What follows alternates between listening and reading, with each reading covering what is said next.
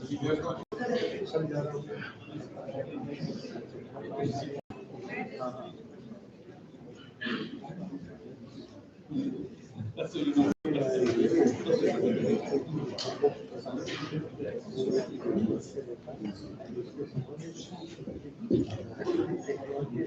good afternoon to the dignitaries on dais, professors, scholars, and students present here. It is my distinct privilege to extend a warm and formal welcome to the Directors Forum.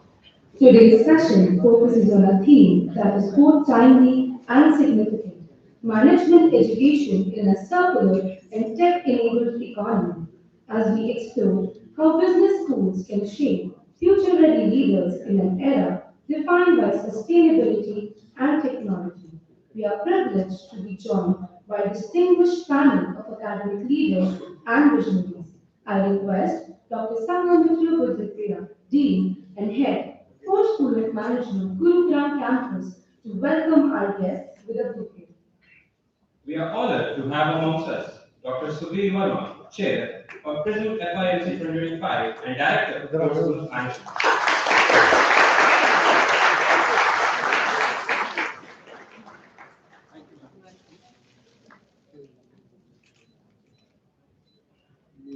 Thank you.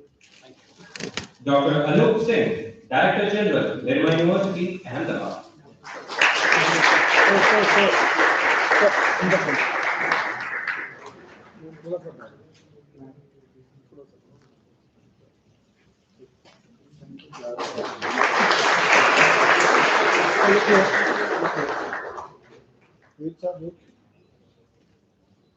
Thank you. Thank you. Dr. Harivansh Chaturvedi, Director General, IILL, Village.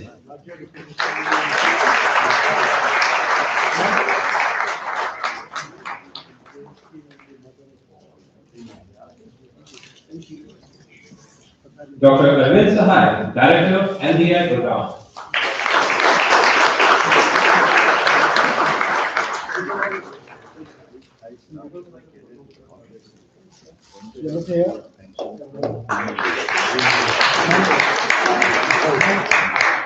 Thank you.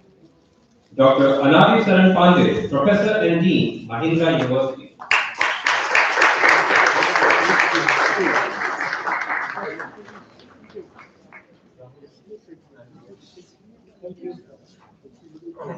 Dr. Jones Mackey, Principal and Head of Institution, Great Lakes, Bhutan.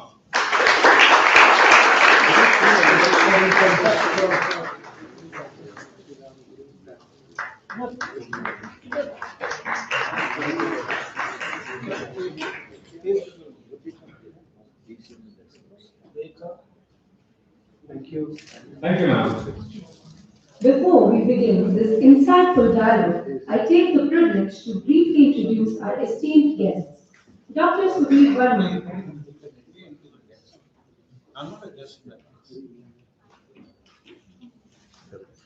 We have Dr. Anup Singh, Director General, Nirma University, Ahmedabad. Professor Anup Singh has led Nirma University since 2013, driving strong institutional growth. He holds a PhD from the University of Allahabad and a postdoctoral fellowship from the University of Michigan. He serves on the Governing Council of the Association of Indian Universities 2023 to 2025. His earlier roles include visiting scholar at Kellogg, professor at MDI Gurugram, dean at IMI New Delhi, director at Jaipur, Noida, and at the Institute of Management, Nirma University. His scholarly work spans books, papers, and cases. We welcome you, sir.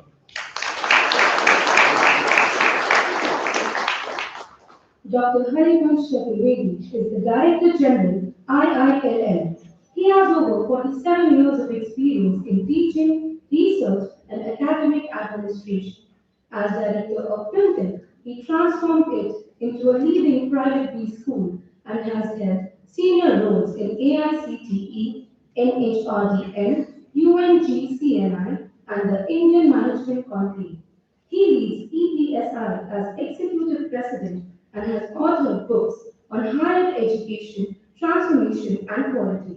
He is currently serving on the All India Board of Studies in Management Education of AICTE as its member and AILS as Vice President. Please join me in welcoming Dr. Harivansh Chaturvedi.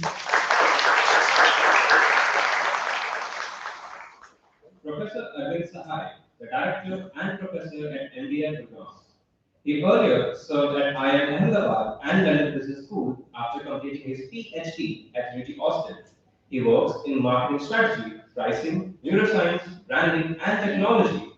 He has published more than 35 top journal articles, over 65 cases, 14 of which are with Harvard Business Publishing, and 2 books, including a national bestseller. He raised INR 130 crores as IIMA Dean, founded major research centers, won multiple awards, consulted widely, and has more than 40 years of cumulative boardroom experience. Please join me in welcoming Dr. Arvind Sahai. Dr. Anadi Saran Pandey, Professor and Dean, Mahendra University, is a distinguished academic industry leader. He has been the Professor of Strategic Management at IIM Lucknow. Professor Pandey has been twice conferred with the Best Teacher Award and introduced courses like Wisdom of Indian Philosophy. He helped establish IIM Jammu and revitalized the IIM Incubator, supporting over 100 startups. With 25 years of experience in Tata Motors, L&T, Hero Cycles, and Hero Motocar, he led major strategy, HR, manufacturing, and technology initiatives. He has published widely and serves as an independent director and trustee on several boards. Please join me in welcoming Dr. Anadi Saran Pandey. Dr. Jones Matthew, Professor, Principal, and Head of Institution at Great Lakes Gurgaon. He chairs rankings and accreditations covering NBA, AACSB, AFBA, and NRRF. With a PhD from IIFT, 18 years of industry experience, and 13 years in academia, he specializes in marketing, consumer behavior, branding, services, and sustainability. He has published articles in reputed journals and award-winning cases with IB, IMD, and the Case Center. Active in conferences, media, and consulting, he also serves as Honorary Secretary of Shiksha Prayas. We welcome you, sir. I now request our Honorable Director, Dr. Verma, to steer today's conversation forward.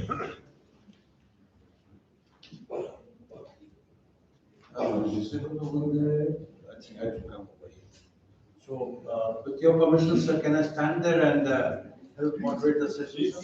Thank you, sir.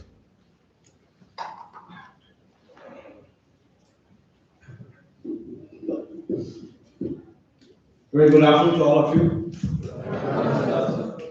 From the management students and the school point of view and the education point of view, scarcely do you see a galaxy as rich as this. Indeed, we are so blessed that, and I feel personally very honored and privileged to sharing the days with them. So thank you, sir, for accepting our invitations to be with us today and share with us not only your understanding of the future of management education, but also the path which MBA schools have to indeed adopt. And yesterday, thanks to the incisive comment made by our members, we were able to understand that we need to flesh out the difference between the future of management education from the future of MBA education. So, before we go on to listen to them on their ideas, I just thought that just to set the context in a more comprehensible way for all of you. Look, the B schools in the West have always evolved with the businesses. In India, we have a double whammy. We don't have to evolve only with the businesses. We also have to evolve with the government policies, the national objectives, and the regulatory prescriptions. In fact, the regulatory prescriptions, even when we say that the governance will be light but tight, even when the governance is like this, most of the program objectives and the learning objectives have been defined by our regulator. So that's the environment in which business schools and management education in India has to evolve. So therefore, in terms of Indian business schools and Indian environment education, there are two powerful forces, or I would say three powerful forces that is now shaping the trajectory of our education. One is the rapid technological disruption, second is the geopolitics, and another aspect related to it is circularity, and third, the structural shift that has been mandated by the New Education Policy 2020. Now, all these developments have unfolded alongside rising expectations around sustainability, circular economy thinking, and regenerative business models. It has impacted on the nature of work, the nature of workplace, and the competencies that is required from future managers. And I think that is the shift that all of us as a management schools have to now be ready for. We, in fact, as a tribute to all management educators over here who have shaped thousands and thousands of careers and also have led different institutions to greatness. It has been a tribute to the Indian management educators that whenever things have demanded, they have been extremely fast and responsive to changes. We were never prepared for COVID, but we learned how to teach during COVID times. We also learned how to take examinations during COVID times. And we also prepared students for continuous employment during COVID times. So the NAP today has called for multi-disciplinary program structures, flexible entry and exit pathways, institutional expansion, changes that will now require further strategic agility and academic innovations. Now, there have been leading B schools across the country who have responded by revising curriculum. We also have done the same.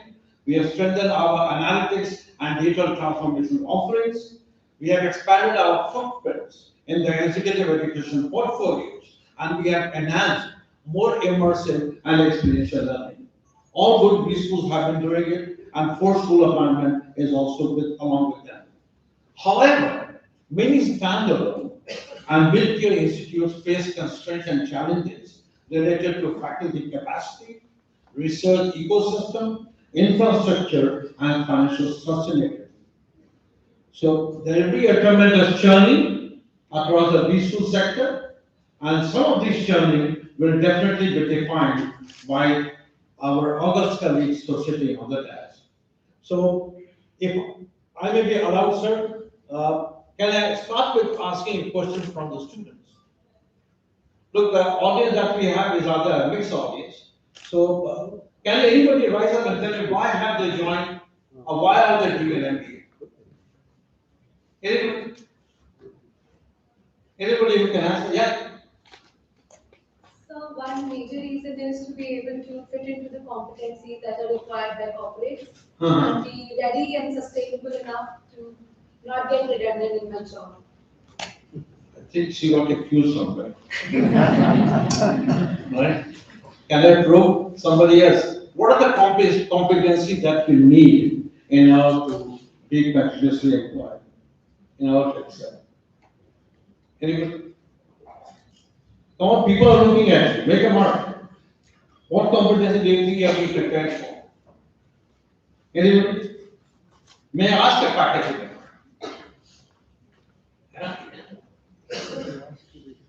Shubham, Professor Shubham, you are our latest joining. What are the competencies do you think you are preparing ourselves for? So majorly adaptability to the changing technological disruption. That is the adaptability is one of the major skills. All right. From the OP point of view, we'll also add empathy and collaboration. Because AI can teach you everything, AI cannot teach you empathy. AI cannot teach you collaboration, apart from the ethical things that is there. Now, starting with Professor Arvind Saha, if I can pose a question to you, we will say, well, the AI and data and post-COVID hybrid and flexible work arrangements have significantly altered the nature of work and workplace. And all this have impacted the number and the variety of jobs and roles in the industry. You are leading one of the topmost private school in the country. What according to you are the industry, jobs and roles from which your school is preparing the students?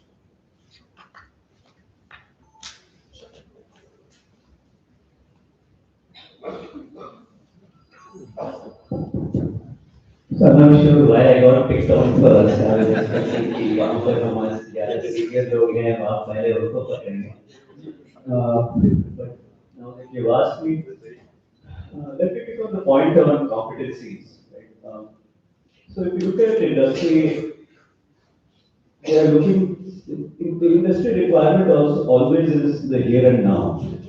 I'm going to hire someone, and I want the guy to hit the ground running from day one that fellow has to produce. So that would mean some hard skills. In today's terms, the hard skills would be familiarity with AI for sure, how you use AI well rather than get used by AI. So you should be a reasonably good prompt engineer.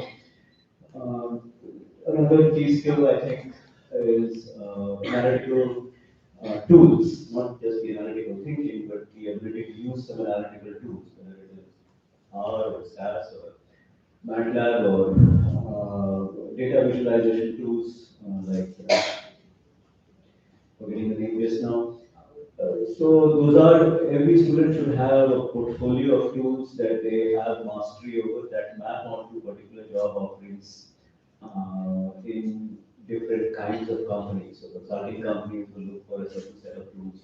If you're going into marketing, they will look for a certain set of tools. If you're going into finance, they will look for a certain set of tools or certifications. That's the hard skill parts.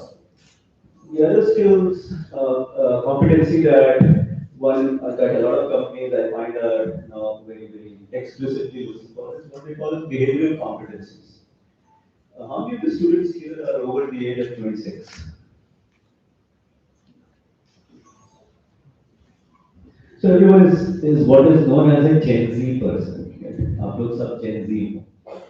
So Gen Z का from a company perspective, one of the comments that is endemic, they do not say it directly to you in the interview process because that's a negotiation process where you are kind of trying to get a sense of one another and you are putting on your best face and they are putting on their best face and then trying to assess in that role-playing scenario.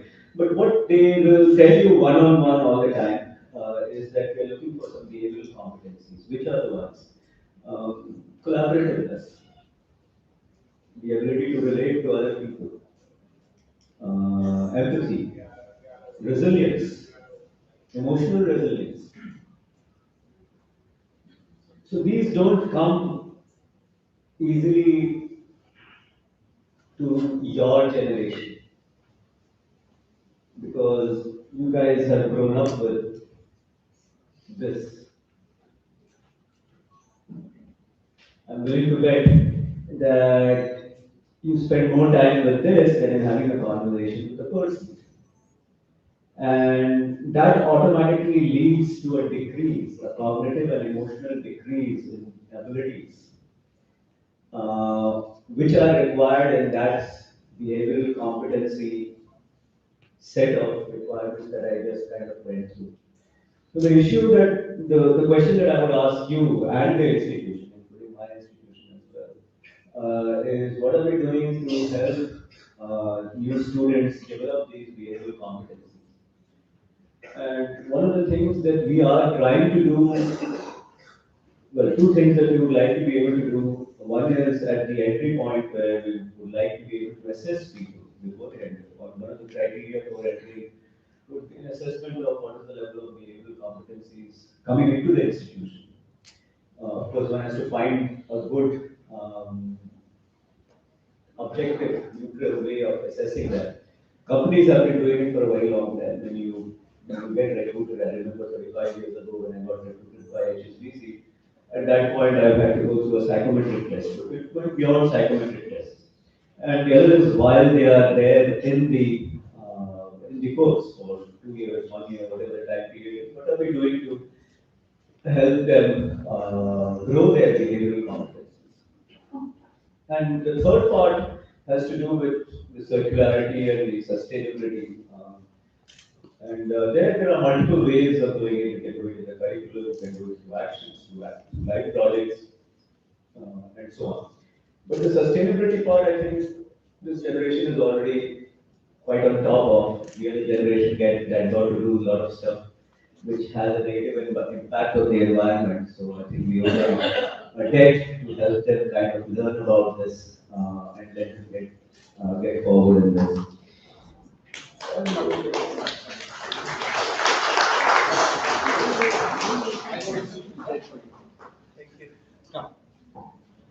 Professor MP Jaswal, Director of IIM Sambalpur.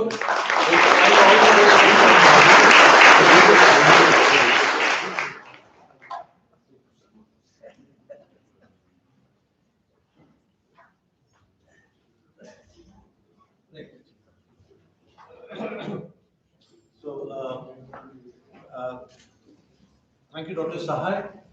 If I may pass on that question to Dr. Pandit, you have a very happening undergraduate program, and maybe you can delve more into the undergraduate level. Yeah, so I think as an opening batsman, Dr. Arvind has faced the ball first, and what he talked about competencies. This is the question that the students put up. I just want to say a couple of things. If you look at the history of industrialization of the society, you can clearly see that we are going through the fourth industrial revolution, which somebody would like to call as Industry 5, depending on incremental change. But each industrial revolution, irrespective of which part of the world it happened, destroyed the paradigms of the past, brought in new paradigms of creating value. Which meant that the new skills that were needed to manage in this new context were radically different from the past. So it's no different today. As the world sees this significant arrival of digital economy, obviously the skills that are needed from the perspective of a management graduate are going to be very different from the ones that were taught to us when we began our career. So there's a lot of, let's say, uncertainty how the industrial revolution kind of progresses and evolves. And just to take you back to your textbooks, in strategic management, we have a chapter on management of change. So I'm going to link your appreciation of that with this. So there is something called the punctuated equilibrium model. What does it mean? It says there are two kinds of changes, basically. Of course, there are others who have talked about different typologies of change, but essentially this is one of the foundational models. It says that there can be evolutionary changes and there can be revolutionary changes. And what is the difference between the two? When you create incremental changes on something, that's called an evolutionary change. For instance, this room has an air conditioner. The air conditioner is not created today, it was created 50 years ago, even earlier. But the air conditioner of today is very different from the air conditioner of the past in terms of its structural elements, in terms of its energy efficiency, in terms of its focus in delivering cool air. But a radical change is when you move into digital age, and with it came competencies that are needed today, which Dr. Arvind Sahai highlighted tremendously, the hard ones, which are AI, ML, DL, LLM, which is eliminating jobs, but don't worry. There are jobs that are getting created as well. And the verdict is still out whether there will be net job loss, but there is certainty that it will create more value. So it creates social value. But in its wake has come a big challenge. And I see Dr. Arvind has waved the mobile phone. It has created a generation which is called anxious generation, where your attention is perpetually fractured into small fragments. And it has created a challenge for the faculty in delivering the traditional methods, the pedagogical methods of delivering knowledge. You know, we were grown up with 13-page cases, right? Now nobody's going to read those 13 pages cases, you know, because the attention span has collapsed. So today is an age where the technical skills can easily be mastered basis your access to education. But what shall we do about behavioral and emotional skills? How shall we embed those competencies in the student which are higher order and that allow you to leverage the technical skills that you master?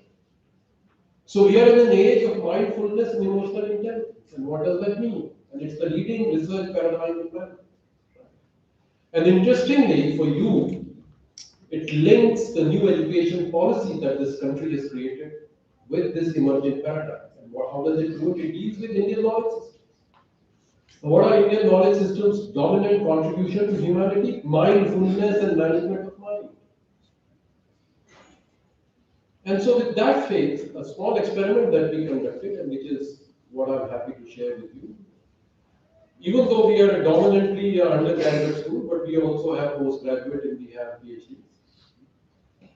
And so the new batch of MBAs that arrived, I was the first one who addressed the students. I said, pick this up, and I'll tell you the outcome. I said, shut it down, put it in your bags, and keep the bags there. The 90-minute session that you have, you will not have access to your mobiles, I'm sure you can. And you know, the feedback over the last 3 months is that the attention span of students is growing up, their engagement in the classes is growing, and they're learning better. If you're learning better, you're absorbing concepts better. When you enter the world of business, you'll be able to apply those concepts and develop the skills that are needed for being good managers and leaders. And it's about mindfulness. What is mindfulness? The ability to manage your mind, long duration, the task of hand. And the people are calling it effective leadership and emotional intelligence, but it's essentially. So this age where you need agility, where technologies will change in every nanoseconds, to borrow that word. How do you generate that agility to a superior mind? That's one skill that you cannot forget in this age, which forces you to adapt to this change on a continuous basis. What you learn here will be applicable for a while, and then you will have to relearn. The analog age is gone, the digital age is here. It's changing too fast for the comfort of all of us. So that is my one little thought that I'm going to leave behind. So with this pilot that we've done, you know, and we are bringing in systems not only of giving hard knowledge of, you know, teaching our undergraduates SQL and Python and data analytics and statistical methods and making them strong, but at the same time, we are attempting to deliver to them strategic thinking skills, creative problem-solving skills, and above all, emotional intelligence skills through very active participation of mind mapping. So that's a little bit that I would like to say, and with that, sure.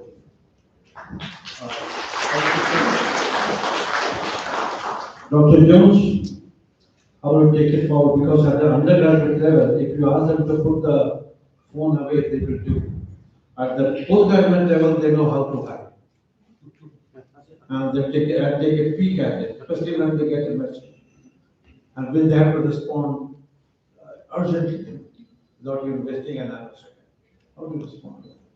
First of all, thank you, Dr. Subir, for inviting me here and to the FORE School for having this very interesting talk.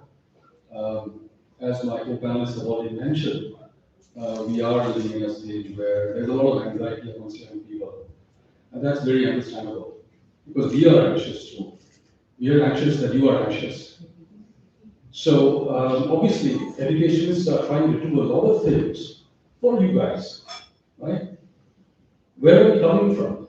We are coming from a deep investment in how we want to see our students perform, in not just in the academic spot, but also in the career lifespan. So, like all of us, we spend a lot of time talking to actual recruiters. Today morning, I talked to 2 recruiters who had come to my campus to really understand what they're looking for amongst new graduates. Now, our college has a one-year exclusive program, which is a full-time residential program with 3 to 6 years of work ex, and the other one is a regular PGDA program with 0 to 2 years of work ex. Now, when they come for the one-year program students, they have a different set of expectations, which is a lot of analytical skills and a lot of problem-solving skills.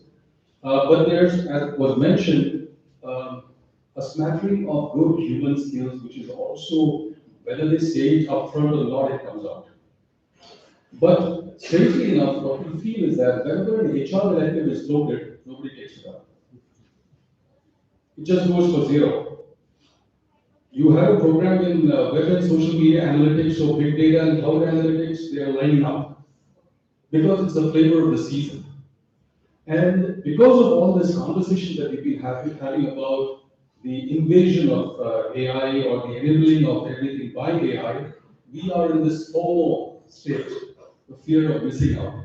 So even if we are not technically qualified, we don't have the technical background to do an analytics major, people are signing up. Now that is where the fundamental mistake is happening. And I think as a school, as educational leaders, we spend a lot of time trying to tell students, don't go for something which is fashionable right now. Work on I think all of us agree that there are certain universal values and universal skills. It doesn't matter what industry you go into. You ask the oldies, we all know that there are some fundamental values which you need to have, or fundamental skills. So my take on this is, to answer Dr. Subir, bet on the skills rather than the industry. Industries will keep rising and falling, but going into fashion, out of fashion, and so on. But the fundamental skills remain almost the same as valued by corporates. Right? Today, if you look around in the industry, you'll find that there is actually a crisis of top quality managers and leaders. You don't really have people who are both good on the task side as well as the people side.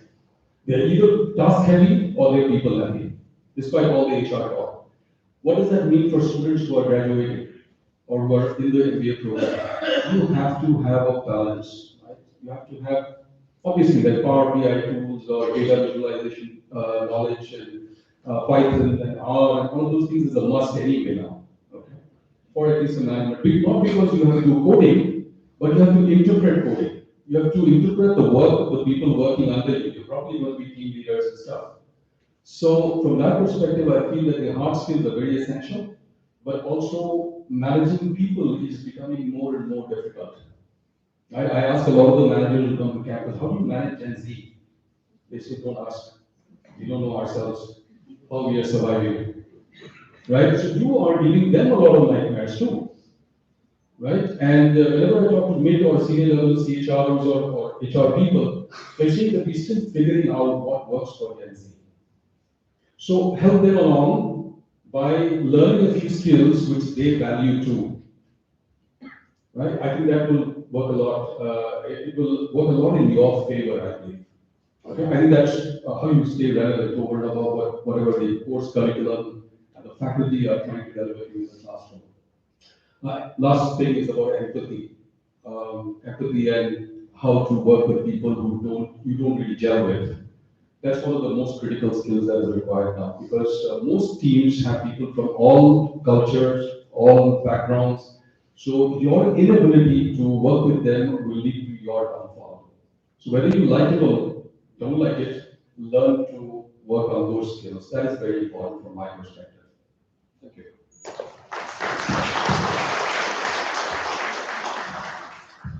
Thank you, I think wonderfully stated, you need to bet on skills rather than on industry. We can go up and down. And certain skills have been outlined very, very well. And we all have been, Dr. Lucy is her faculty and adjoining OB, Asha Bandakar, Sangam Mitra, all of us have been teachers in commercial behavior and HR. Believe me, sir, these are soft skills which are hard to learn, but it's also the most difficult to sell in the marketplace of electives. Most of the courses that go there tend to be the soft courses, but then today, they are more needed than any other course. Unfortunately, the one more thing that we talked about is working against also. But thank you very much. So before we get on the next stage, may I invite our complement. We are privileged to welcome Professor Mahadev Jaiswal. Professor Mahadev Jaiswal, founding director of IIM Sambalpur. He is a distinguished academic leader known for advancing innovation, digital transformation, and inclusiveness in management education. Since 2017, he has shaped IIM Sambalpur into a future-oriented institution, a PGPH alumnus of MIT Sloan, and Fulbright Fellow at Carnegie Mellon. He specializes in digital platforms, startups, e-government, and enterprise transformation. Formerly at MDI Gurgaon and IRMA, he has authored 7 books and 50 plus papers and led AI-enabled classrooms, experiential learning, global partnerships, and the iHub Incubator. We welcome you, sir.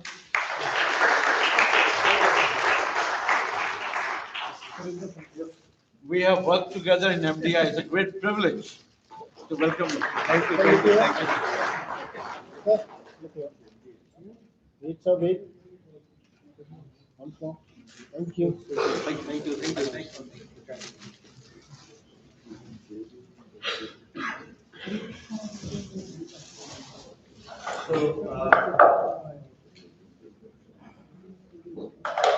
So, Dr. Jaiswal, it's an honor and privilege to have you here, and I won't allow you to rest.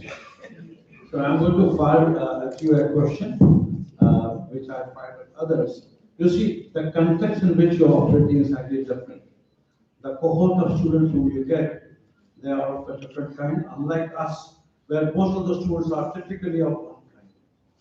And therefore, when you have a different demography, so far students are concerned, in terms of the social and economic background, how do you deal with questions of raising their competencies and ready them for the roles that the industry today is demanding? Most of them may not have had the privilege of the kind of education that most of the students in our schools or in the IO, Great Lakes, they have. So how do you deal with that challenge? Good afternoon, and let me first thank the FORE School for inviting me, and also it's a great privilege for me to be part of this PRISM. Our mentor, Dr. PRISM-FIMC, we always remember. We work with him, and that learning actually is helping us to manage our institute. He was a great leader, and we always remember him. I haven't seen any such management giant in India so far in Kenya. So really great tribute to him, and thanks for inviting me here. I was really very keen. I was traveling abroad and just came in night, and I was very keen to come here. So sorry for delay. Coming back to your questions, the students are almost same challenges. In India, those who are coming particularly in MBA program, their first and foremost priority is always getting job. And when you look towards the industry today, there are jobs. It's not that there are no jobs. Jobs are more than aspirants.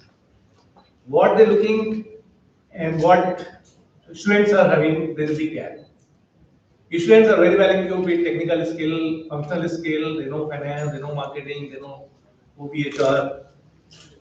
But what they are not having and what industry is asking, because we had a lot of interaction with industries to find out what are the requirement, and they say most of the industry has 20 to 30% vacancies and they're not able to fill it. Even in academia, most of the IIMs, including us, 30 to 40% seats for the faculty are vacant. So it's more of a problem of right quality of supply. It's not a demand issue. India has much more demand than what we have supply. What we don't have among the students is the mindset and flexibility to adopt the change. They are looking for overnight growth without putting their hands in experience. They are not able to manage small stress. They are so much worried about job that in the fear of job, they are not able to speak in the placement process. And this is everywhere. not only in our institute, but also in the older ranks. Okay. The stress they are handled, being they're not able to work because throughout their life they have been performing individually, including CAD exams and every exam is all individual performance. So they're never able to, when they join organization, they're not able to work in team. They're not able to communicate. Communication skill is absolutely poor, not able to articulate. Now this cannot be taught. This all has to be, inculcated. And what we discovered is a solution that they need to have four kind of questions in their thought process. First, of course, is IQ, which they have very high intellectual questions because they're coming through various competitive exams, so their IQ is very high, and they learn in the class also. They develop their functional skills, so IQ is very high. There's no doubt on that. Second is their emotional skill. Now, your OB professor will explain that emotional skills means how to manage your anger, how to manage your any kind of challenges. Those are difficult to teach, but most of them have very low. They are not able to manage their emotions. For a small thing, they get agitated. Third important question is physical question. In terms of their lifestyle, they have very poor lifestyle. Their food habit, their physical fitness is totally abandoned. So that is again poor. And four most important, which is the most fundamental question, which we discovered should have been also there, which will take care of all these three questions is spiritual question. The spiritual question comes, of course, not necessarily from religion, but it comes from our historical cultural perspective, where in every religion there was a Superman who was not afraid of anything. And our Gita, Lord Krishna says that no one dies. So when you are not afraid of death, then there is no question of fear of exams, fear of job, or fear of anything. You must have capabilities to manage in every situation in such a way that you are able to manage your life. So life skill is very, very important, which is missing. So these are the four kind of challenges, out of which one is very high and three are very low or medium. So this is the kind of challenge we are having. I'm sure it is everywhere. And it is more in India rather than if you go to developed countries. I just been to South Korea, Hong Kong, US and Europe. They are not afraid of anything. They are very, very cool in terms of nobody is, even there is no job, they are happy. And they know that they will manage their life better.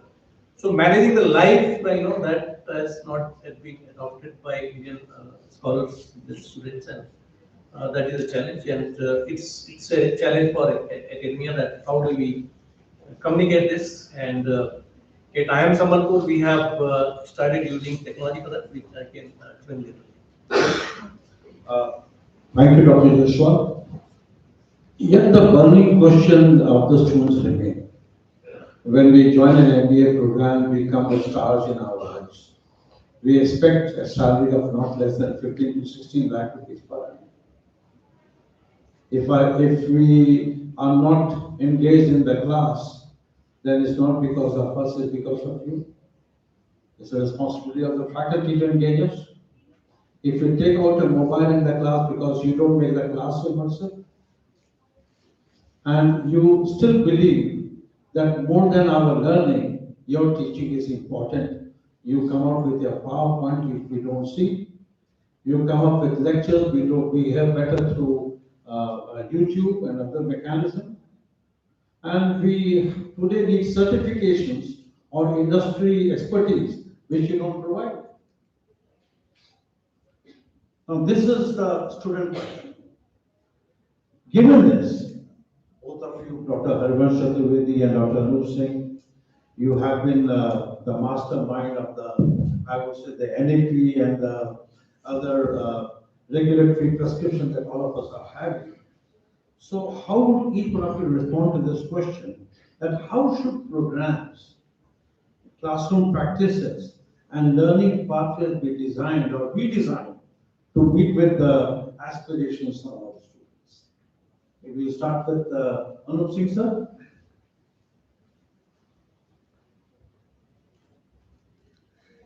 Thank you, Sudhirji. I think some of you might have gotten frustrated. This generation does not have this generation does not have that. When I was in your age group, I had similar problems, so you need not worry. Right? We had our own set of difficulties. Every generation has its own set of difficulties. Then we are coming to skills, right?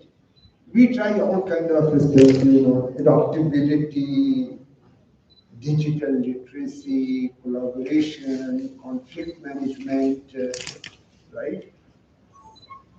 And we learn these things when we are doing things and not in the classroom, right? So we also need to realize our limitations, right? If you have 5 styles of conflict management, then you don't know which style to use when there is real conflict.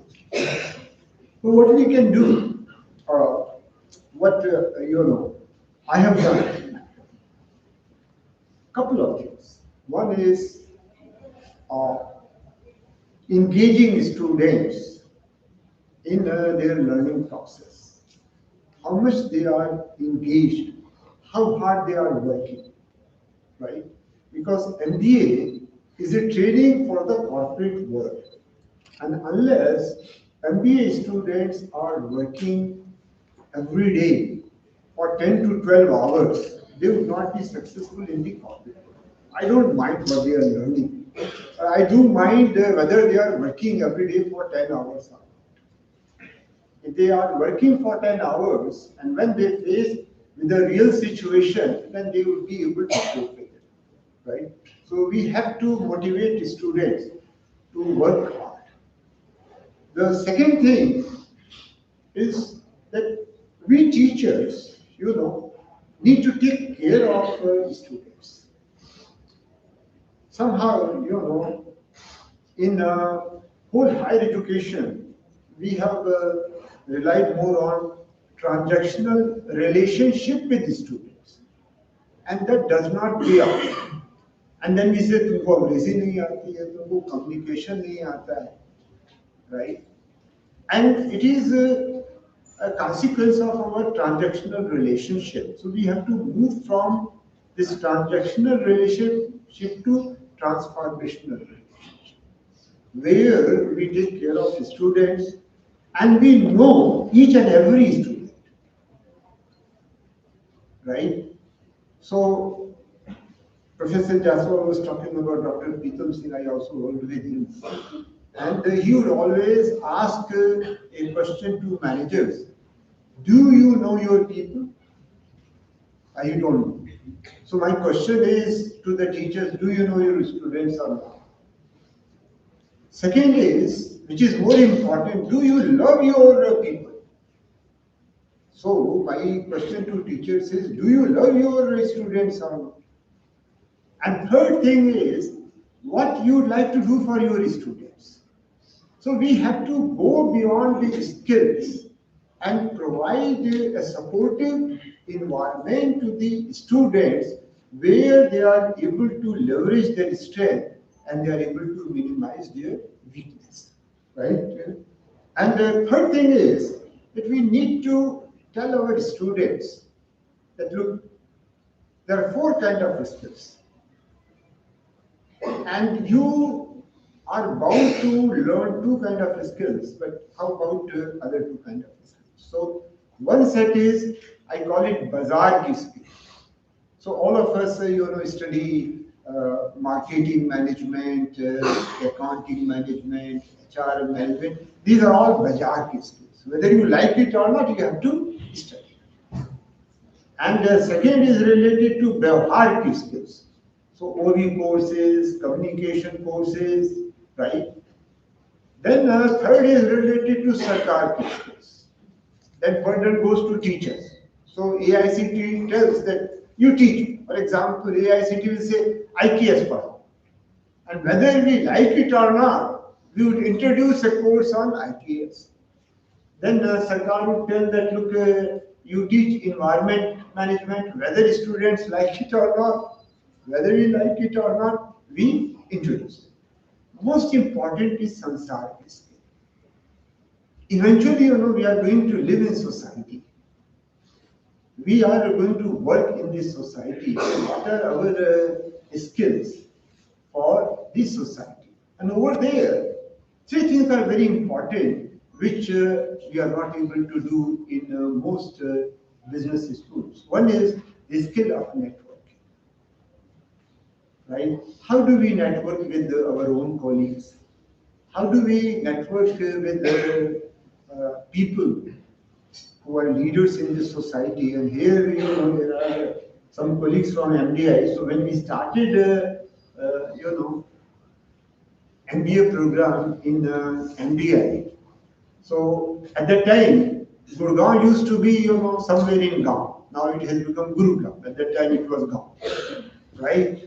So there were some very smart students, and when there would be senior executive coming, so they would ask them, "Sir, can you drop me to Dholakuma?" Right? And nobody will reject that offer. And this guy is able to do networking with that chap. Right? He comes to Dholakuma, takes a bus, comes back to MDI. Right? So we need to learn that. Right? The second skill related to society is that how do we learn about other subjects? So, this morning when I was coming, so there was a student, your colleague, Nishita. And I was so glad, she was talking about Dostoevsky, she was talking about Tolstoy, she had read, White Knights, she had read notes from the underground. I said, salute to you. This is not what an MBA student would do. But we need this kind of MBA student who know something beyond management. Life is not management. I don't know how many of you know about singing, how many of you know about cooking, how many of you know about other things. So if you have only concentration in management, then your life is going to be less effective. So learn other skills for life. Third thing, how can you do something for society? See, when you become an executive, you don't have much to do for society. But if you have right kind of attitude, then you can do something. And doing that something as you grow in your career would give you so much of fulfillment.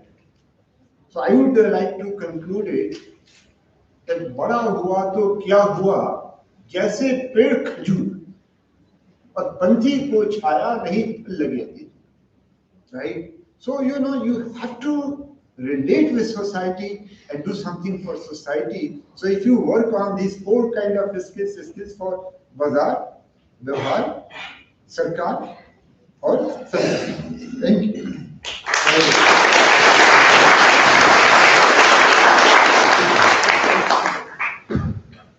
Hello, sir.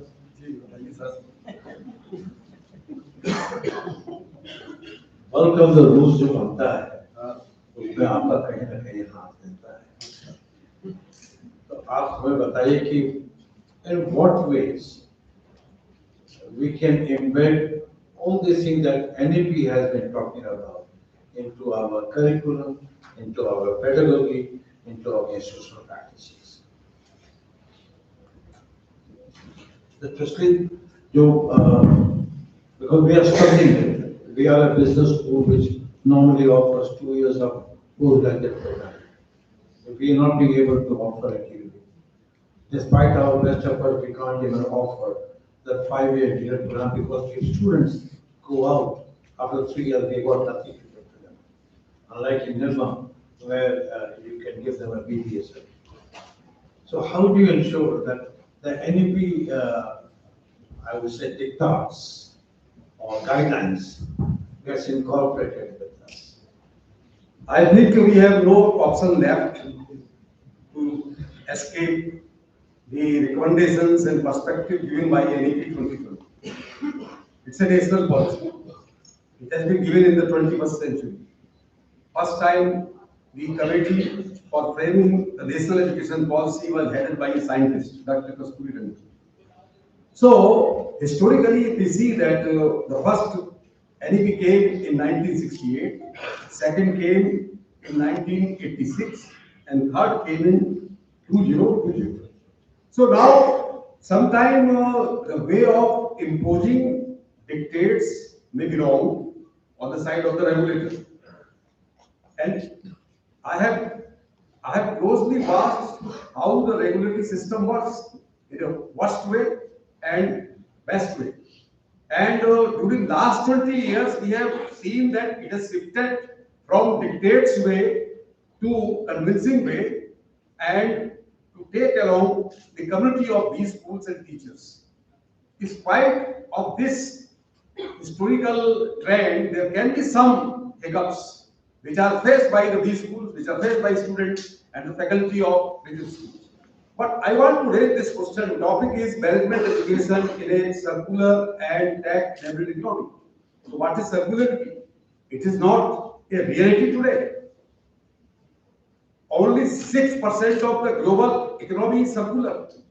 This is the data. But why we are discussing? What will happen in the future? If we are not thinking about the future of the future generations. Those who are sitting here, they need clean air to breathe. They need clean water to drink. They need sumptuous but nutritious food to eat. They need good housing. They need quality education. They need good non-polluting mediums of mobility. All these things will not be possible unless we follow that future requires readiness to embrace circularity or sustainability as well as the digital transformation whole world is thinking about. So regulatory body AICT, we are concerned with AICT, and AICT has been dealing with PGDM. FORE school is offering PGDM program. Is many of us are from the same, except Dr. Anadi Pandey and Dr. Jaiswal, and of course Dr. Anup Singh. That universities have freedom to change fast way to change the curriculum or pedagogies and rules and regulations, but they are also under regulator, they are under UGC.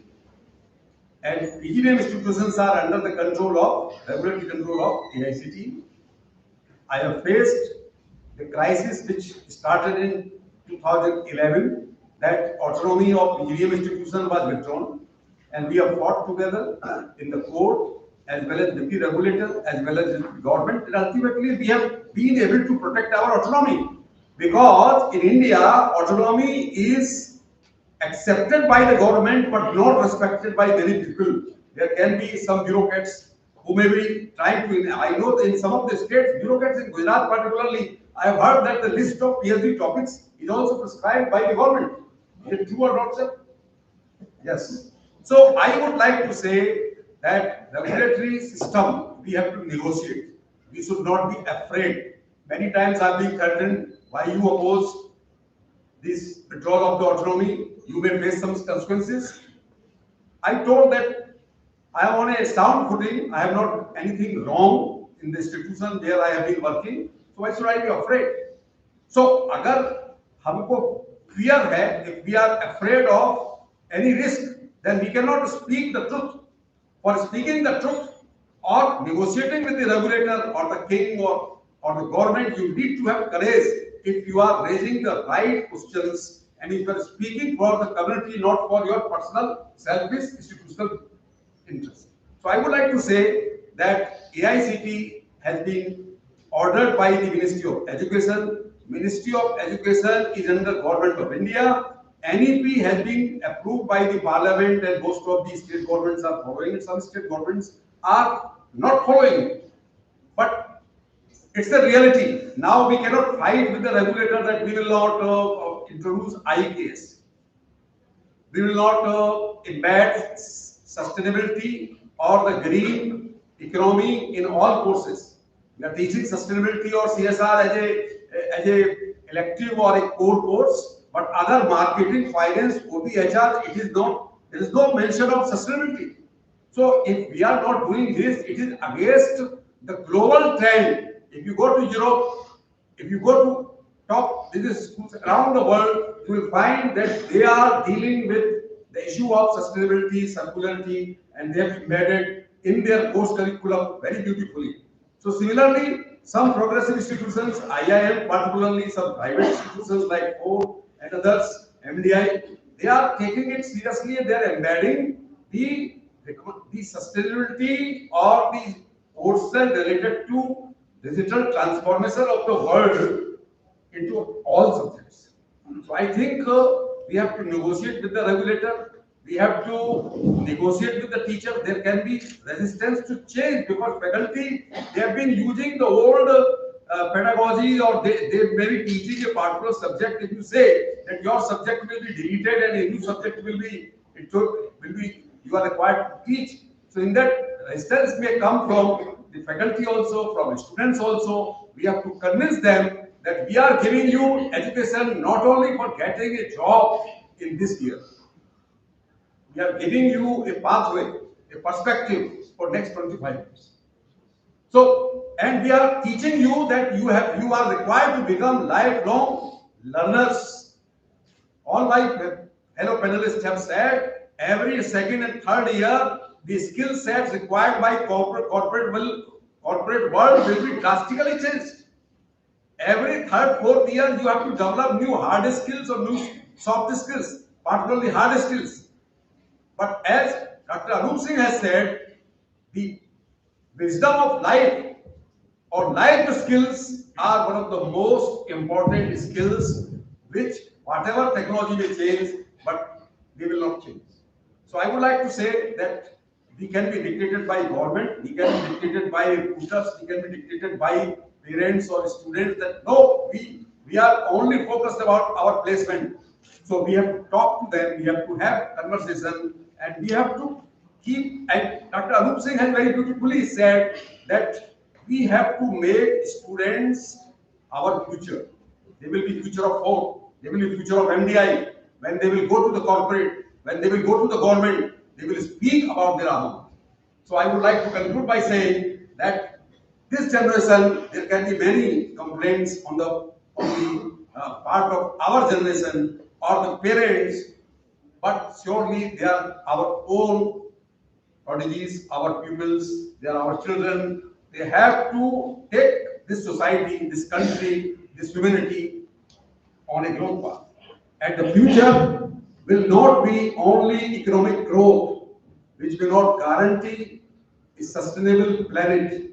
The future belongs to an economic growth which is being redefined by the current age, when sustainability and tech-enabled economy are the twin mantra which has been talked a lot by the whole world. It is being talked here, and in future other B schools will also think about it. World Economic Forum has raised this issue, twin transition. So they say that most important are these twin transition from non-circular economy to circular economy or sustainability development goals, which are to be attained by 2030, but there is no surety that it will be attained by 2030. But the world cannot say that we are discarding SDG. You will have to attain. If it is attained by 2035, 2040, or even India has to commit that they will shift to zero carbon emission by 2060. So I conclude by saying that we have no option left, but this generation will lead to another generation. They will hand over the responsibility. They will be responsible managers, and they will have to take along this issue, twin transition. How adaptable you are, how comfortable you are to contribute in your companies, in your entrepreneurship, in your family business towards twin transition. Thank you. I don't know how many of you know that Dr. Harun Chaturvedi has been the president, is the president of the APSI, which is the largest network of private institutions in the technical education front. And he has been at the forefront of fighting for autonomy and the dignity of the private institutions and other technical issues. So when Marshall said, I think we needed to have that kind of I would say a quasi official point of view with regard to the road ahead for us, that this is the elephant in the room, and it's better that we know how to ride on it rather than to run away from it. Dr. A. Sahai, how is your school embedding these principles of circular economy and circularity in your pedagogy and in your curriculum? And a part of the issue factor which I know you are doing. Before I answer that question, actually I was curious. I picked up on one point that Harivanshi kind of talked about, which is lifelong learning. I'm curious, how many students in this room in the last 1 month have read a book outside of your curriculum? 1, 2, 3, 4, 5, 6, 7, 8, 9, 10, 11, 12, 13. Around 10%. Which one did you read? So I read Deep Work. It was written by a professor from MIT Sloan.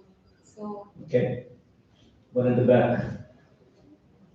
I'm currently reading Not Under Happy Birthday Austen.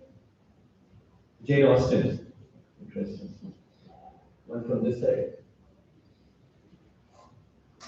Should have been Finland. Should have been Finland. Okay, very nice.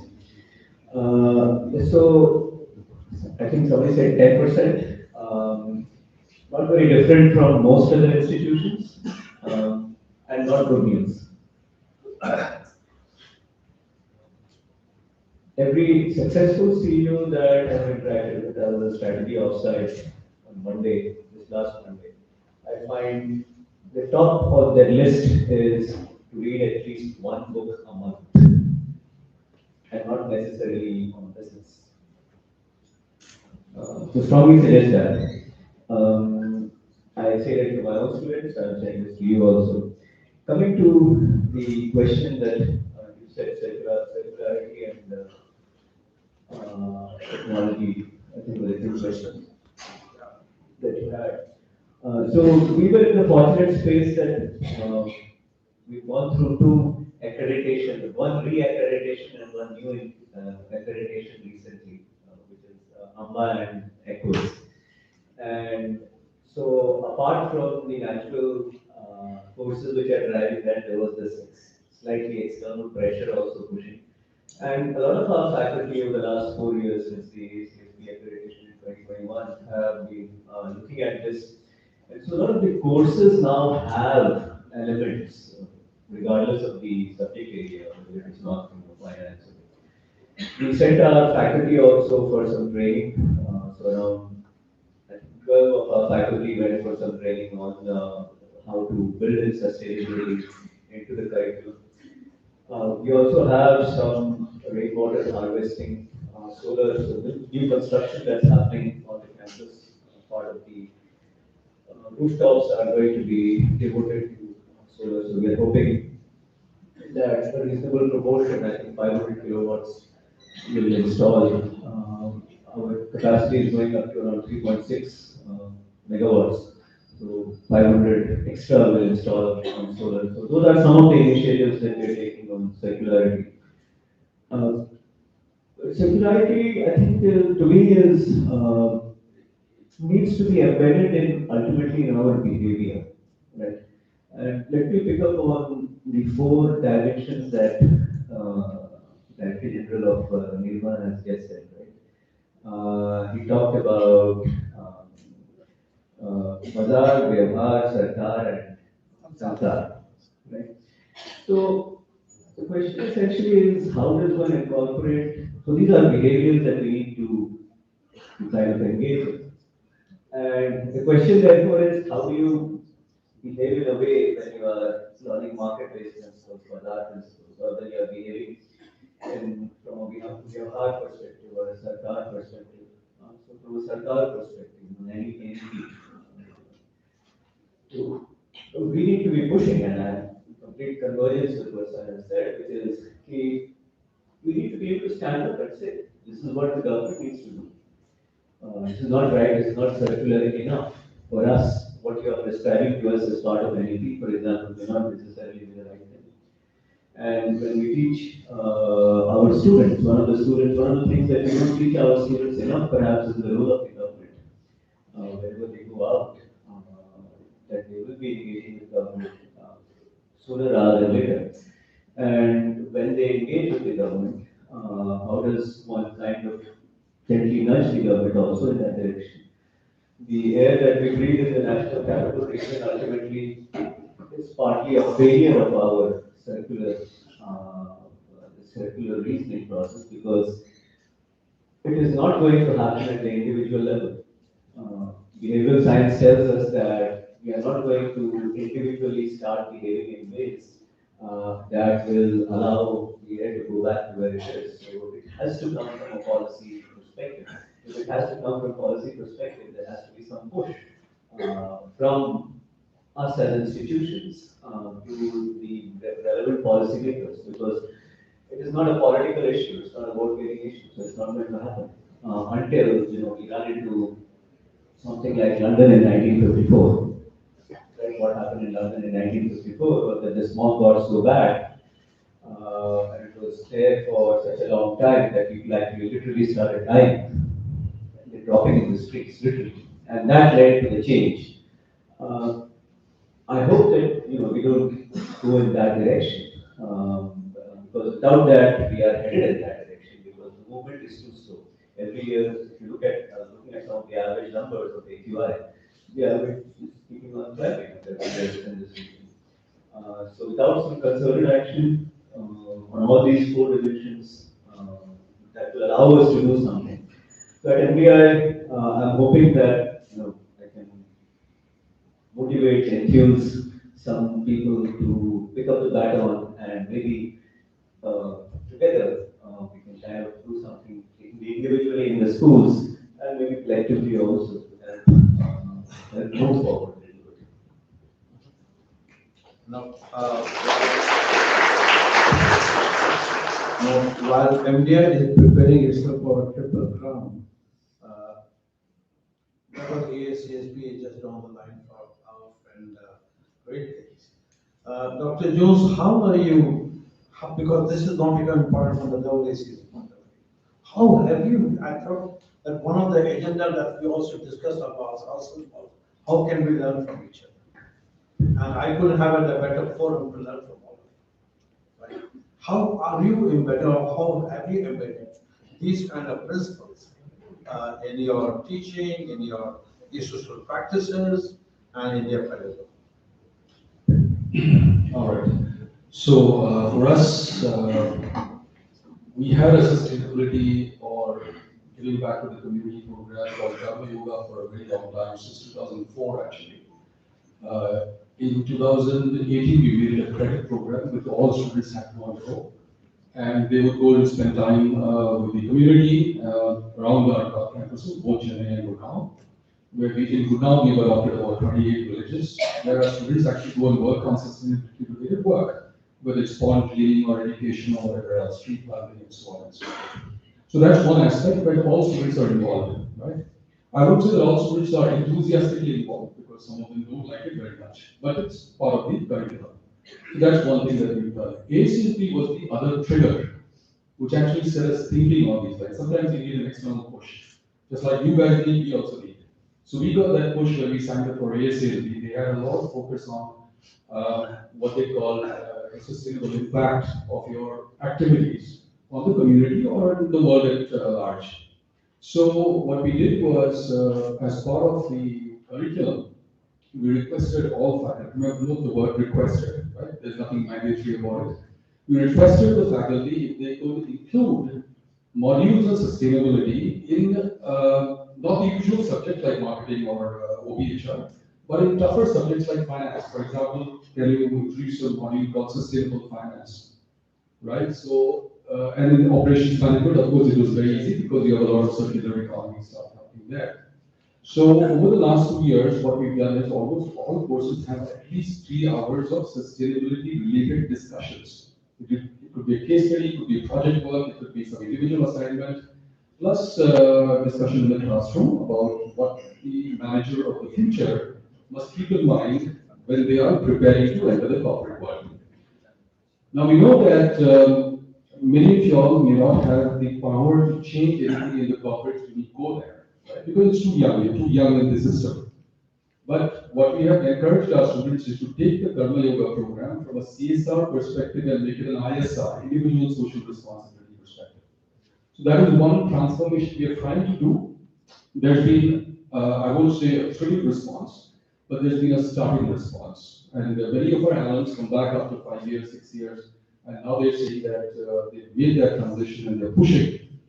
The best convergence is when the topic of their own ISR matches with the CSR of the company that they work for.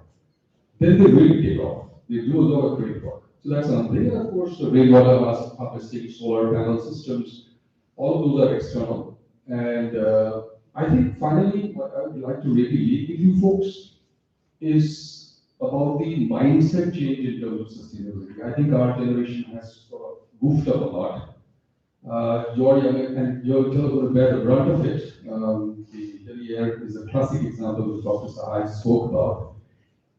The onus is somewhat falling on you folks, and we are hoping that we will set something right for you before we sign off from Planet Earth. I mean, right? So when you guys take up the opportunity to lead your organizations or lead your teams, you could probably think of, I don't know, FORE School must be having a lot of, I don't know, environmental clubs, sustainability club. We are setting up one, and that is essential also. The other part about the sustainability thing is that, like Dr. Sahai rightly asked the question, what do you do outside of language education? And I'm really happy to see at least 50 hands go up. Okay? But I would recommend that you do kind of widen your horizons by reading about stuff other than it could be Jane Austen, it could be Fyodor Dostoevsky, it could be Rabindranath Tagore, doesn't matter. Literature is beautiful as a complement to your hard skills of management. Right? So please develop that. That is also a sustainability skill. Right? How do you stay relevant in the outside world? And if you look at, as rightly pointed out, CEOs, all successful ones, or even all great academicians, are very widely read. That's their one strong point. And I think that's the message that I'll leave with you folks. One or two other things I just wanted to add here, Dr. Subir, with your quick permission.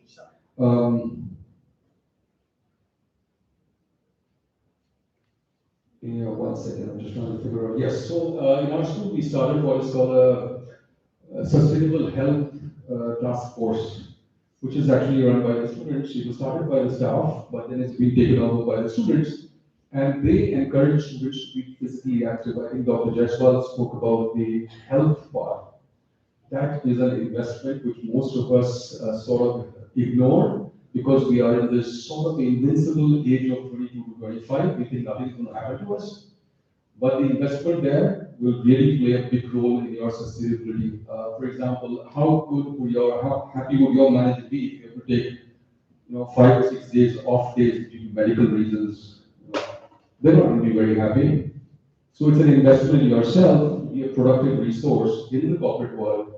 And finally, the 10 hours that Dr. Anup Singh talked about, are you able to have the stamina to work for 10 or 15 hours a day, 11 hours a day? I don't want to be another IT head.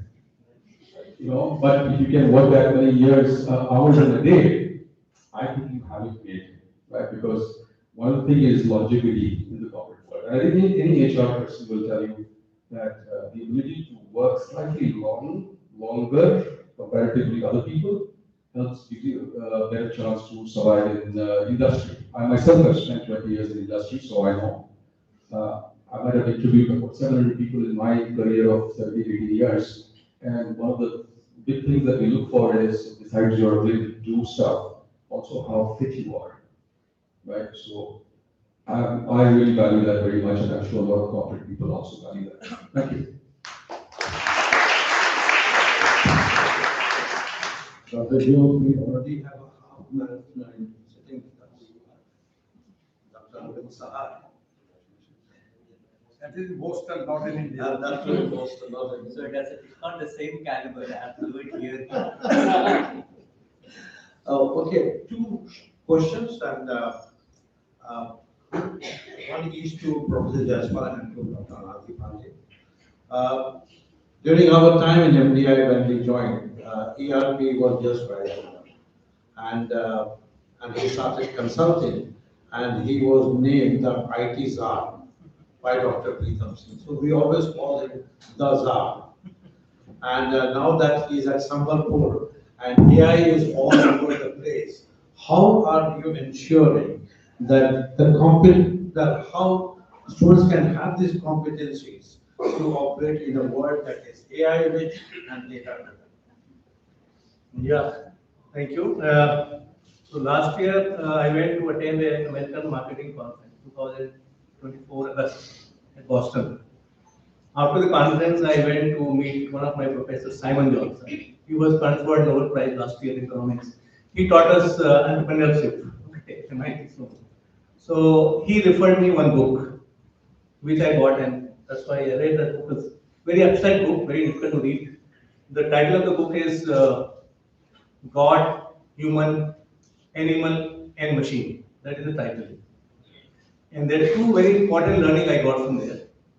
The first learning is, it says, end of the theory. Means research is complete now. Research will be done by AI. End of the teaching. So what is left? And then also, it's one of the chapters says that humans are becoming inhuman.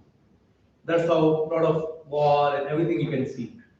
A lot of unethical practices all over the world. And machines are becoming spiritual. AI particularly. So AI is capturing all the spiritual knowledge, and you can trust more on AI rather than human. Now a lot of you will not agree, but this is what is written in this book. Very creative book, very difficult to read. You have to read 5-6 times to understand what it is. Very abstract book, and referred by a Nobel Prize winner of economics. Based on that, then I searched around there. I spent some time. I went to CMU also. Discovered that what AI is being done there in US. Every institute were discussing how AI can be used for teaching, for learning, for research. And then I met a guy there from breakout learning, and he introduced me that AI can be used in the class. So I came in August and September. We implemented that in the class, in our MBA class particularly, in all the core courses, we use AI without faculty. So when class is happening, there is no faculty. And learning is 300 times higher than if there is a faculty by students. And this is a real feedback we get. And then based on that experience, we rolled out, and now we have made all the core courses in first year MBA. 2 sessions, 2 cases has to be done by AI. And this year, next year we'll increase to 4, and like that. So we'll go up to 10 sessions. And when we discover that when we do 10 sessions, the 20 session course can be completed by AI. And next 10 sessions will be done by the professor. So first session is done by AI, and next follow-up session, the same case is done by professor. We found it's very exciting, very impactful, and then once we started doing that, we got objection from our case centers like Harvard case, Richard Ives, they wrote to me saying that no, you're violating IPR, you cannot use our case in AI. Okay. So I replied then saying that one option is either we use your case or we develop our own cases, and then you will be disrupted. And that's how we decided. Now we have set up a global case capability center. We are inviting global professors. All our cases will be published on AI platform, and we'll provide 1/10 of the price of Harvard to all over the world. So this is what we have done at AI. And then Harvard professor came to us to see our case discussion. And they said that, yeah, we cannot allow our case, because if we allow Harvard case to be published on the AI platform, then nobody will buy our case. I said, anyway, only few IIMs are buying, not every institute is buying your case. And your cases are very obsolete and old. Now AI can write much better cases than what you have in very short time. And we have audio, visual, everything captured in this. So what I can see is the learning Teaching is gone, it is learning. It is collaborative learning. So in the class, students discuss among themselves in an AI platform and learn from each other discussion. And entire marking, assessment, cognitive assessment done by AI. And second session is followed by physical professor, where the professor doesn't teach, professor comes and create new ideas along with the student and publish research paper. So this is what I can say AI we have experimented. That was so wonderful to hear. Yesterday I was talking about obsolescence and trial. I think that these two will become obsolescent the way things are moving. Dr. Anadi Pandey, what do you have to say? Because you are in the hub of, I would say, technology.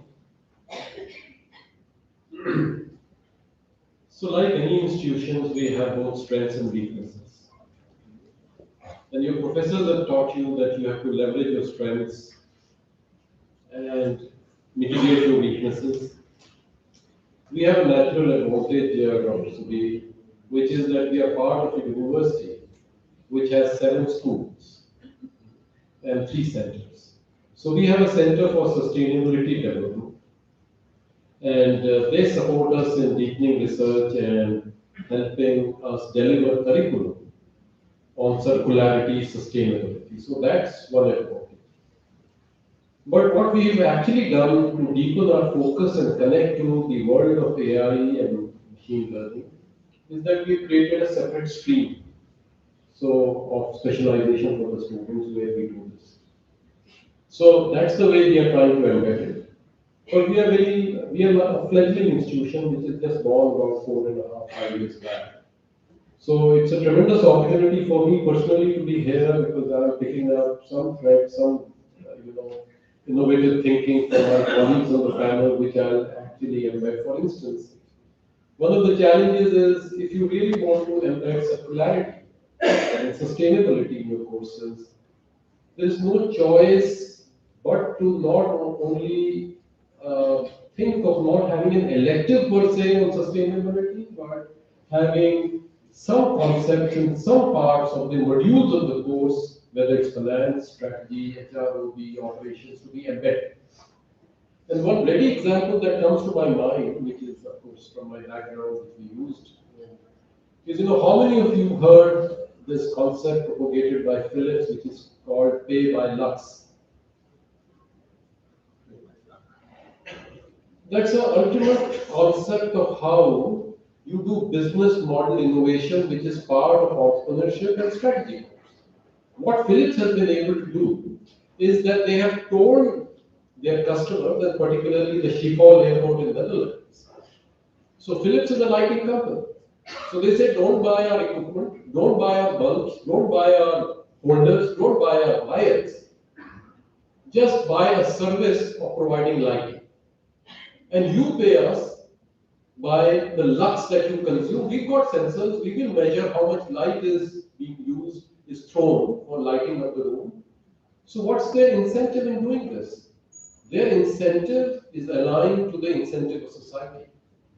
Now, if they want to actually generate profits with this philosophy of pay by lux, then they better build their bulbs which last far longer, better be very efficient in generating lighting, and when the bulb fails, so one is design. Now, design is built for sustainability, it will not last long. So I'm not selling innumerable bulbs where my incentive was to maximize my profits by selling more bulbs. On the contrary, my incentive is designing, as Philips, a bulb that will never fail. So you will never have to replace it. Yeah, look how the incentive is changed. And then I'm also incentivizing you as the owner of the airport to actually minimize the use of lighting. Don't put the lights on where they are not needed because there's a cost that the airport is carrying. Right? And therefore, when they pick their bulbs back, they can kind of refurbish. So that's a business model innovation. Another business model innovation, I'll leave with that, Dr. Sudhir, is Michelin, Europe's largest tire company. They came up with a business model called, on the same thing, they actually, what's it called? It's called something to do with not fake or tires, but pay for kilometers. So if you're a fleet owner, you own trucks, you are not supposed to be replacing the tires repeatedly. Those will be done by Michelin. What is their incentive? They want to design tires that last longer, number one. And when you as a fleet owner have a bad tire, they will come down to you and retread it.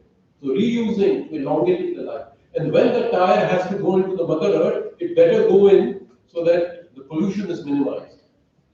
So how you embed the principles of sustainability through business model innovation or sustainable finance or sustainable operations. So sustainability we have to embed in the course.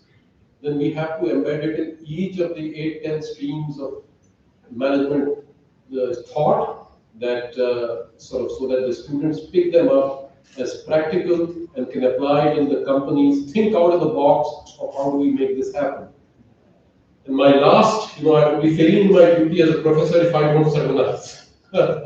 So that's our business, and I'm just reverberating what my colleagues on either side said, which is what Peter Drucker, one of the most powerful thinkers of management, said.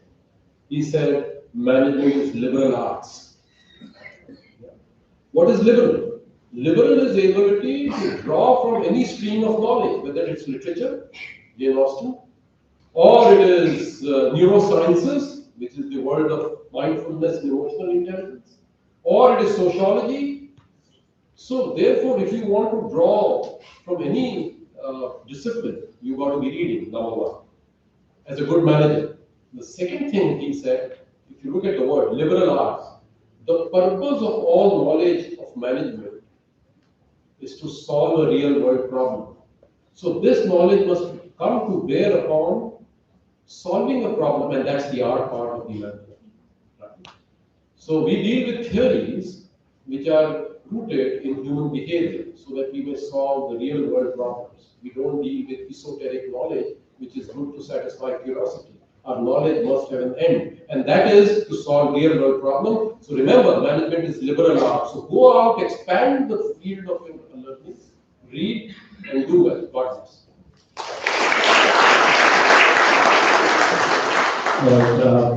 Thank you very much, sir. One last question from Dr. Jaiswal and also from Arup sir. Because in Delhi we are able to draw on faculty from each other, we are able to draw on faculty from industry. So is the case with Dr. Pandey at Hyderabad. But Ahmedabad and Sambalpur are in distant places. So my last question to each one of you is, how are you developing faculty or the challenges that we are facing with regard to faculty capability in this to provide education in this kind of world? Can we start with you? Just one.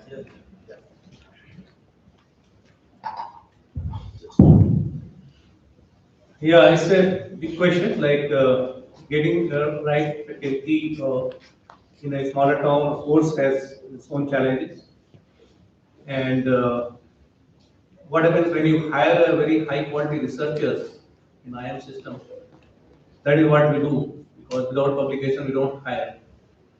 And when they go to the class, the students don't accept because they want more effective communication and more impactful learning.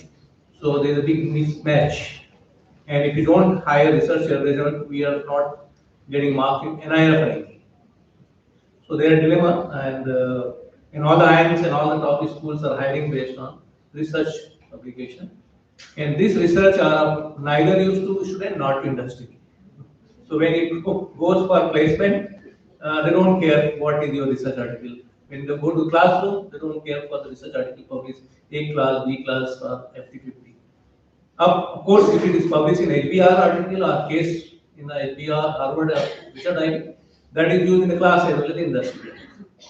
So that's a dilemma and we are facing, and it's not an easy solution. So because one side you are ranking accreditations, international accreditations, AAS is also undergoing the accreditation process. They are also asking for research publication. So one of the solutions which we discovered is we started using AI, of course, for the class partly. Second, we set up another center in our Delhi where we started hiring faculty here and then teach both the places. Okay. So, and we are running program here also. Okay. So that is how we are able to get, and currently we have about 50 to 60 faculty, which is the highest among the new IIMs, full time. And we have now started thinking of promoting those who publish cases and practitioner articles rather than just fundamental research, because that is what is required by industry as well as by students. So that is the kind of change we are taking. Maybe a very bold change, but we have been taking many important steps in terms of like use of AI, bringing more girls in our class. So many changes we have brought, which has also impacted other IIMs. They have also started following this. So somewhere I think we have to take, and then I also went to some of the leading B schools in the world. If you go to traditional universities like Duke University or Austin, they are all research students. But if you go to Harvard or Kellogg or even Stanford, these schools, they are focusing more on the practitioner side. So we think that we should follow Stanford, Harvard, and Kellogg because they are following more case and practitioner articles, and that is how the line we are trying to take.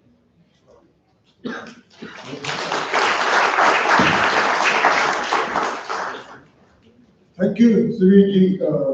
For our Prime Minister, Narendra Bhai always tells, अच्छे शिक्षक, अच्छी शिक्षा. तो अगर शिक्षक ही अच्छा नहीं है तो शिक्षा अच्छी नहीं हो सकती. Right?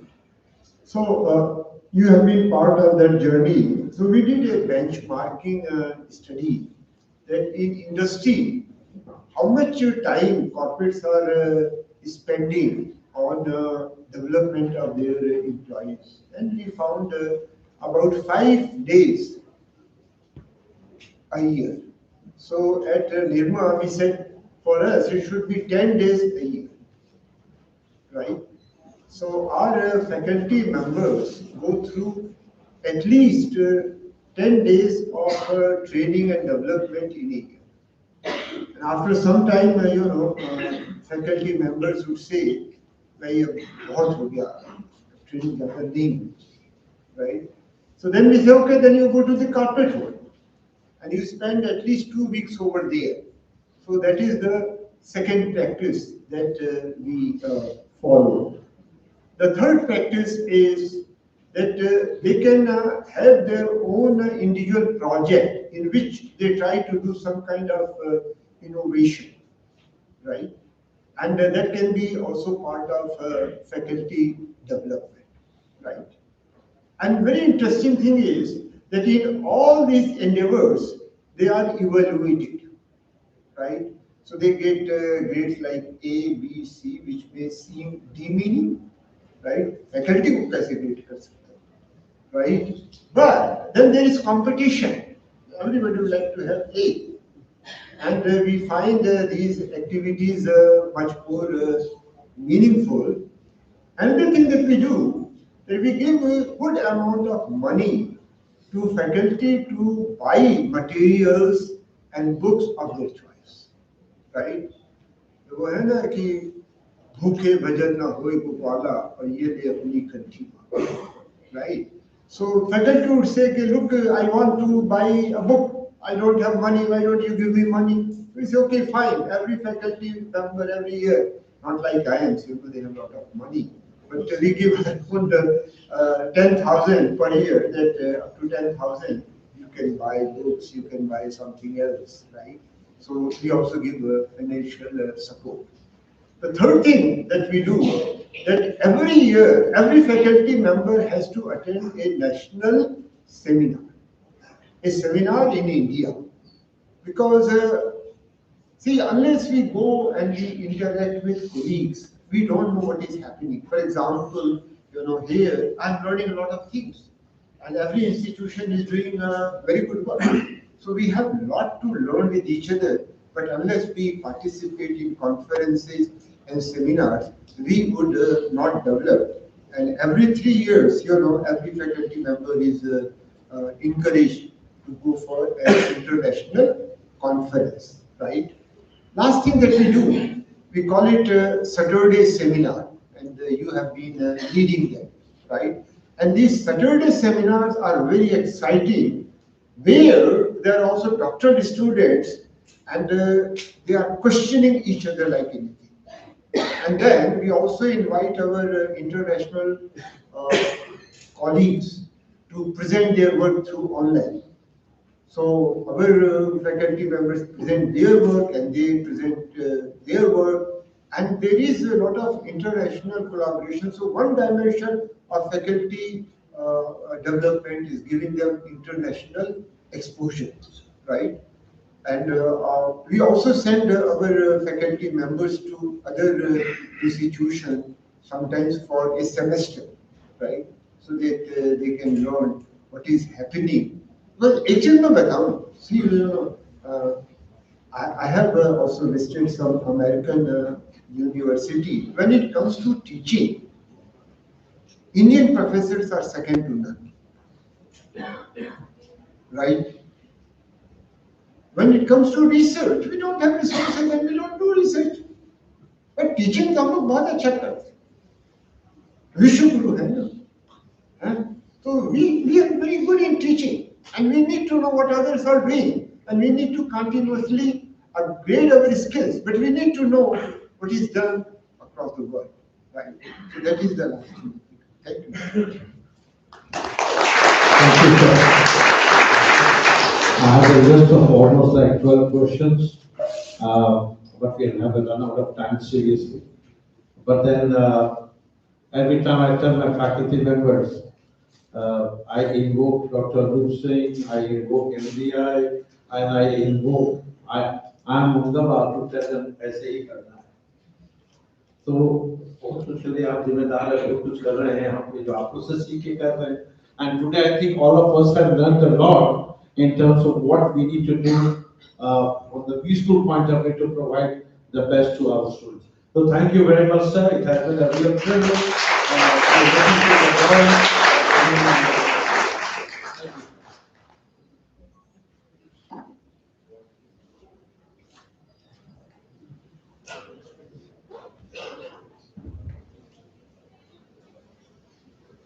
Thank you, esteemed panelists, for that insightful discussion on shaping the future of management education. Today's dialogue has offered deep insights and actionable ideas for the future of management education. We now request our director, Dr. Subir Verma, to kindly present the mementos to our esteemed directors present on the dais as a token of our gratitude. Dr. No, please come. He is the president of the PRISM Foundation.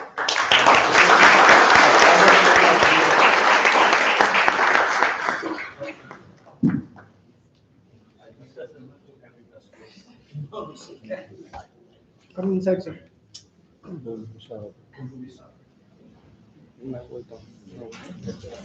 Dr. Anup Singh. Sir, it's an honor. Thank you very much. Thank you.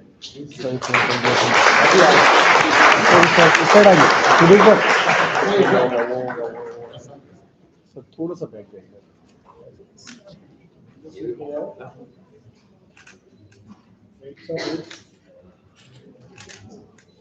Thank you.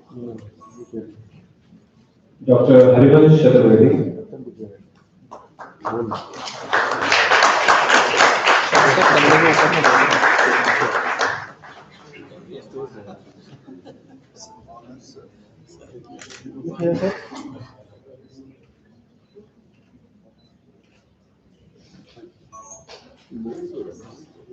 Dr. Arvind Sahai.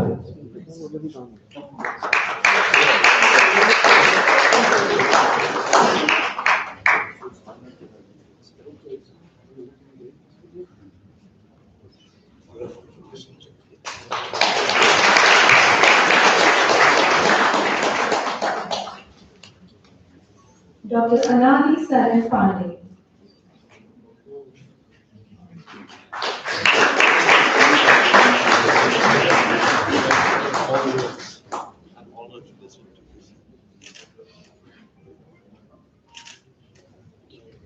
Dr. Jules Matthew.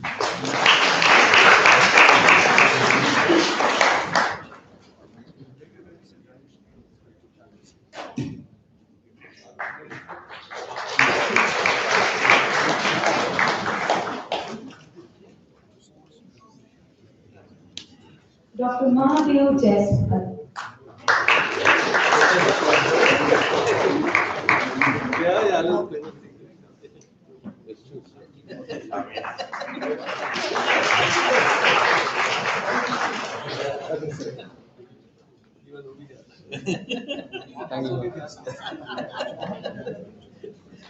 We now request Dr. Sanghamitra Gurupia to kindly present a memento to our director, Dr. Sudhir Verma.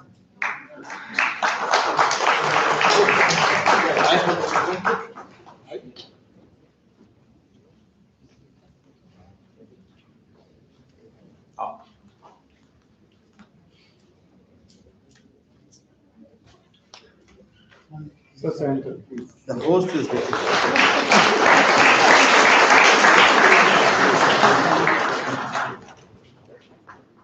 Thank you. Thank you.